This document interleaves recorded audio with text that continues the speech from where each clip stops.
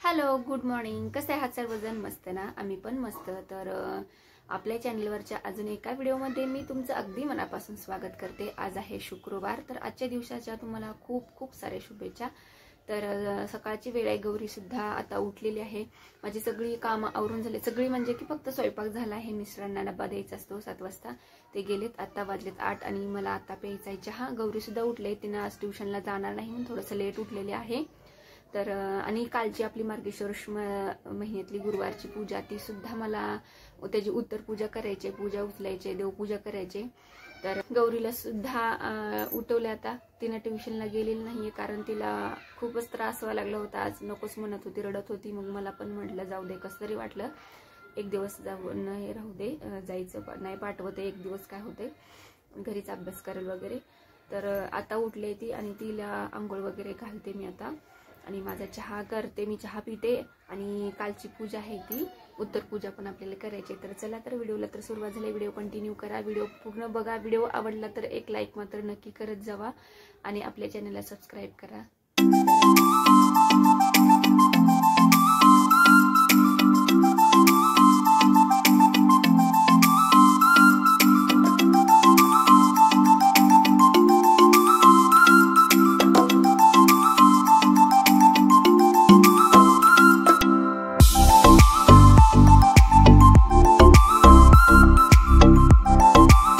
तर माझा चहा छान इकडं उकळतोय बारीक गॅसवर. तोपर्यंत म्हणलं की देवी आईला हळदी कुंकू वाहून घ्यावी आणि 10 मिनिटं मग पूजा आपल्याला तशी ठेवता येईल.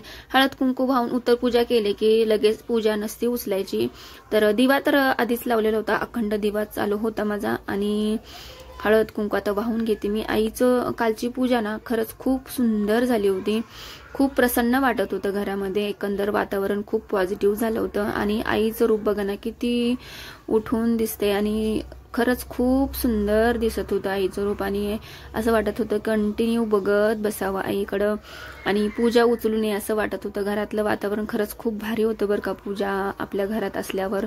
आणि पण असं नाही करून चालत, पूजा तर उचलावीच लागते. तर ही काल खिरीचा प्रसाद दाखवला होता देवीला, तोच रात्रभर तिथंच ठेवला होता, झाकून ठेवला होता, मी उचलला नव्हता. आणि जे दुसरं ताट होतं जेवायला आम्ही घेतलं ते सर्वांनी खाल्लं. आणि स्वामी महाराजांपासला सुद्धा दिवा वाढवला होता. आणि ती देवपूजा पण मला सगळी करायची होती, पण आधी म्हणलं की उत्तर पूजा करून घेऊया. तर आवर्जून आपण प्रत्येक गुरुवारची वाट बघत असतो की ह्या गुरुवारी अशी पूजा करायची, त्या गुरुवारी तशी पूजा करायची. काही माझं पण असं झालं होतं. काल खूप एक्साइटमेंट होती माझ्यामध्ये की, आणि देवीचा मुखवटा मी सजवला होता, तो मी लावणार, कसा दिसणार, कशी होईल पूजा, या विचारांमध्ये करता करता खूप सुंदर पूजा झाली होती.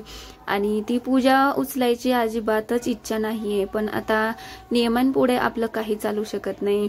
पुढच्या गुरुवारी सुद्धा आपल्याला देवी आईचं असं छान असं स्वागत करायचं आहे, अशी छान पूजा मांडायची.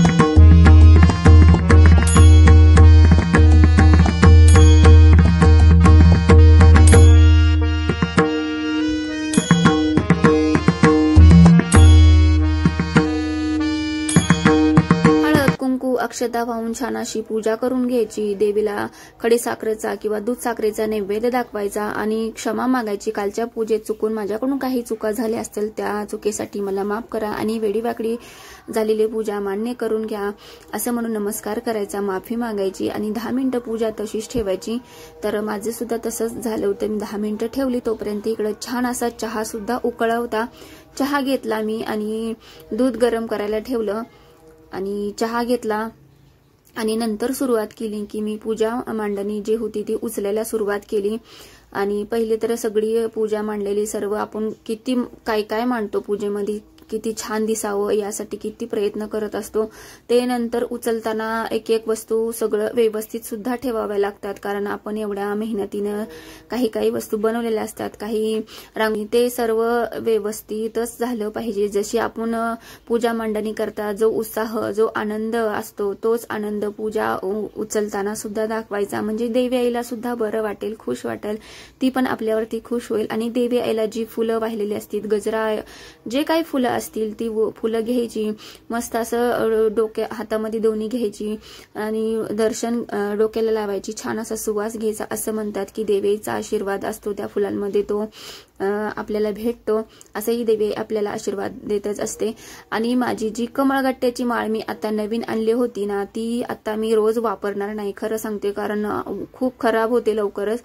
म्हणून मी काय केलं ना, जी पॅकेट असतं ना माळेचं, त्या पॅकेटमध्ये एक कापराची वडी असती ना, ती कापूर नाही, डांबर गोळी, ती डांबर गोळी असती ना, ती तशीच ठेवली होती मी.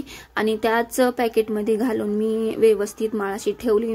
आणि जे काय आता सगळे पूजाचं साहित्य आपण व्यवस्थित काढलेले होतं, तांदूळ म्हणा, वस्त्र म्हणा, देवी आईचा मुकुट, काही दिवे वगैरे, सर्व दागिने काही, ते सगळे एका दागिने वगैरे डब्यात भरले मी. आणि हा दिवा ना मी लावला होता, तर बघा तुपाचे दिवे लावले होते, अजिबात काळं वगैरे झालं नाही किंवा चिकटपणा सोडला नाही, अगदी छान आपले दिवे झाले होते. एक दिवा पूर्ण जळाला होता आणि एक दिवा थोडासा राहिला होता, कारण आरती केल्यानंतर घरामध्ये ना धुपाचा खूप धूर झाला होता, जेणेकरून तो धूर बाहेर जाण्यासाठी मी फॅन लावला होता, तेव्हा तो दिवा वाढवला होता. तर आणि ह्या दिव्यामध्ये मी ऑक्साईडचे दिवे असतात ना, तेच ठेवले होते. आणि ते सुद्धा दिवे आता जे काही पूजेमध्ये घेतलेले स्वच्छ पुसून एका प्लॅस्टिकच्या पिशवीत बांधून मगच ते बॉक्समध्ये ठेवायचे, जेणेकरून आपण त्याच्यावरती काम केलेलं असतं, डेकोर केलेलं असतं, ते एकाला एक दिवे घासून खराब नाही हो म्हणून व्यवस्थित तसं ठेवलं. आणि जे काही वस्त्र होते ती मी व्यवस्थित प्रेस करून नंतर ज्या ज्या बॅगामध्ये होतं त्याच बॅगामध्ये ठेवलं असं छान, जेणेकरून आपल्याला प्रत्येक वेळेस जास्त शोधत बसावं लागणार नाही, एकाच पिशवीमध्ये सगळी वस्त्र निघतील. आणि हा एक मुकुट आहे माझ्याकडं, त्या मुकुटला सुद्धा मी या मुकुट सारखं छान असं डेकोरेशन करणार आहे. आणि ऑलरेडी त्याला मी धागा बांधूनच ठेवलेला होता. आणि हा मुकुट मी खड्याचा जो डेकोर केला होता तो बसतोय का बघत होते, पण काय माहिती बसलाच नाही मुकुट. आणि आधी व्यवस्थित छान बसत होता, पण काय माहिती ह्यावेळेस कसं काय बसला नाही, काय म्हणजे कोण चुकून खडे वगैरे व्यवस्थित लागले नाही का, मागं पुढे झाले का काय माहिती, बसला नाही. तर असं मी आता त्याला मार्केटमध्ये गेल्यानंतर दुसरा डब्बा आणेन साहित्यासाठी. तर सर्व साहित्य मी जिथल्या तिथं ठेवलं, झाडू वगैरे मारला, घर पुसलं आणि देवपूजा केली. महाराजांना तेच कालचंच वस्त्र घातले, तर खूप सुंदर देवपूजा झाली होती.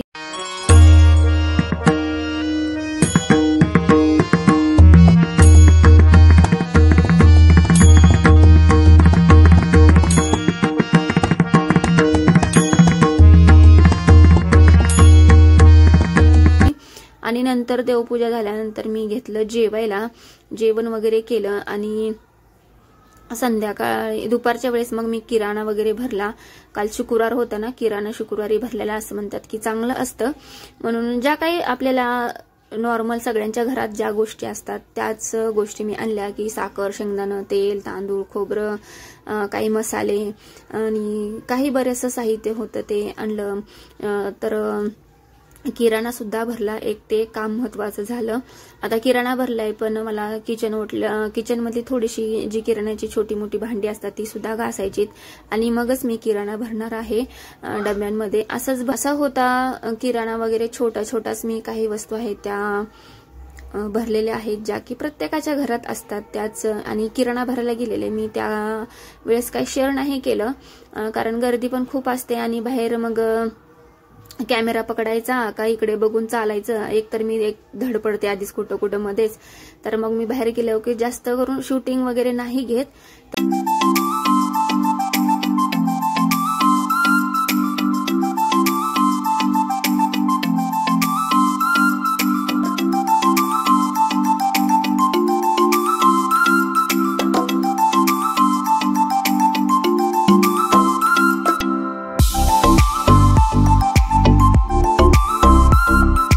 किराणा तर भरला आहे आहे, पण आता मला करायची आहे सेवा. सेवा म्हणजेच की मी स्वामी चरित्र सारामृत या ग्रंथाचं पारायणला बसले आहे. पारायण काय असं संकल्पयुक्त वगैरे काही नाही, दत्त जयंतीपर्यंत जेवढी जमेल तेवढी सेवा मी करणार आहे. तर मला आता स्वामी चरित्र वाचायचं आहे. बसले आणि माझं स्वामी चरित्र सारामृत या ग्रंथाचं पारायण सुरू आहे. दत्त जयंतीपर्यंत जेवढे होतील तेवढे केले, जसं जमेल तसं सेवा केलेली आहे मी. काय असं संकल्प वगैरे केला नव्हता. आणि यावर्षी माझं गुरुचरित्र सुद्धा झालं नाही काही कारणास्तव. तर असं कधी कधी होतं असं. आणि आपण मार्गशीर्ष महिना चालू आहे तर कधी पण करू शकतो गुरुचरित्राचं पारायण, असं काही नाहीये. पण माझं दत्त जयंतीला दरवर्षी पारायण असतं श्री गुरुचरित्र ग्रंथाचं, पण यावर्षी नाही झालं. तर माझं स्वामी चरित्र आता मी वाचून घेतले आणि आता नामस्मरण आणि तारक मंत्र मी संध्याकाळी करीन. कालच्या व्हिडिओमध्ये तुम्ही बघितलंच, काल गुरुवार होता आणि महाराज आपल्या घरी आलेत. खूप दिवसापासून मी प्रयत्न करते पण काही केल्या महाराज काही येत नव्हते. आणि काल गुरुवार होता, मार्गशीर्ष महिन्यातला दुसरा गुरुवार, आणि लकीली महाराज आपल्या घरी आलेले आहेत. आणि आता दत्त जयंतीला मी स्थापना वगैरे त्यांची करणार. माझ्याकडे मूर्ती आहे, ती मूर्ती सुद्धा मी अक्कलकोटवरूनच मागवली होती. आणि त्यावेळेस पण स्वामींनी खूप खूप वाट पाहायला लावली मला. आणि काय माहिती, असं वाटलं की एखादा फोटो पण महाराजांचा मोठा असायला पाहिजे आपल्याकडं, की गुरुचरित्राचं पारायण वगैरे केल्यावर पाहिजे म्हणून मी खूप दिवसापासून, कमीत कमी 1 महिन्यापासून फिरते आहे. मला सेम अशीच फ्रेम पाहिजे होती महाराजांची, पण ती काही भेटतच नव्हती. आणि 2-3 वेळेस ऑर्डर पण दिल्या, आम्ही ऑर्डर दिल्या, फोटो पण आला आणि आम्ही जाईपर्यंत दुसरेच कुणीतरी घेऊन जात होते, असं होत होतं ते. आणि दुकानदार कसं थोडीच ठेवणार ना, आपण जातो का नाही, विश्वास कुणाचा आहे का नाही. पण त्यांना सांगितलं होतं की मी मला पाहिजे, मी घेईन. पण ते काय म्हणतात, ते नशिबात असेल तेव्हाच आपल्याला भेटतं, किंवा आपल्या घरी महाराजांचा यायची वेळ असते तेव्हाच ते येतात. तसं काहीसं माझ्या बाबतीत झालं असेल. आणि तर याच्या मागची स्टोरी खूप खूप मोठी आहे. पण ते लकीली काल मिस्टरांनी घेऊन आले असा फोटो आणि खूप भारी वाटते मला, खूप आनंदात आहे मी. ते काही तर तोपर्यंत तर मी इथं ठेवलं आहे महाराजांना. नंतर दत्त जयंती दिवशी त्यांची छान अशी स्थापना वगैरे करायची. आणि मग असं खाली फोटो भिंतीला असं अडकावणी म्हणतात ना, खाली असं बेस वगैरे काहीतरी पाहिजे. मग त्यासाठी मला थोडंसं वेळ पाहिजे. मिस्टरांना तर गुरुवारची सुट्टी असते, तर ते ड्रिल मशीन वगैरे आणून चांगलं व्यवस्थित फ्रेम लावून घेणार आहे मी. आणि ते तुमच्यासोबत मी शेअर करीनच नंतर. तोपर्यंत तर महाराजांना आपल्या इथं ठेवलं आहे मी. तर असा होता माझा आजचा व्हिडिओ. तुम्हाला कसा वाटला कमेंट करून नक्की सांगा. व्हिडिओ आवडला असेल तर लाईक सबस्क्राईब नक्की करा. भेटूया उद्याच्या नवीन व्हिडिओमध्ये. तोपर्यंत सर्वांना बाय बाय आणि श्री स्वामी समर्थ.